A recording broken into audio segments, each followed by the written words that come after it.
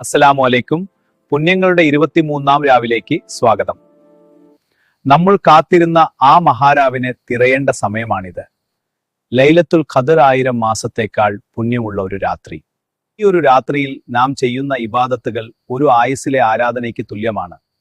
സമാധാനം നിറഞ്ഞ ഈ അന്തരീക്ഷം അള്ളാഹുവിന്റെ വലിയൊരു അനുഗ്രഹമാണ്. ഈ രാത്രിയിലാണ് മലക്കുകൾ ഭൂമിയിലേക്ക് ഇറങ്ങി വരുന്നത്. നമ്മുടെ വിധി നിർണയിക്കപ്പെടുന്ന ഈ രാവിനെ നാം പാഴാക്കിക്കളയരുത്. പാപമോചനത്തിന് വേണ്ടി പടച്ചവനോട് കരഞ്ഞു പ്രാർത്ഥിക്കാൻ ഈ സമയം ഉപയോഗിക്കുക.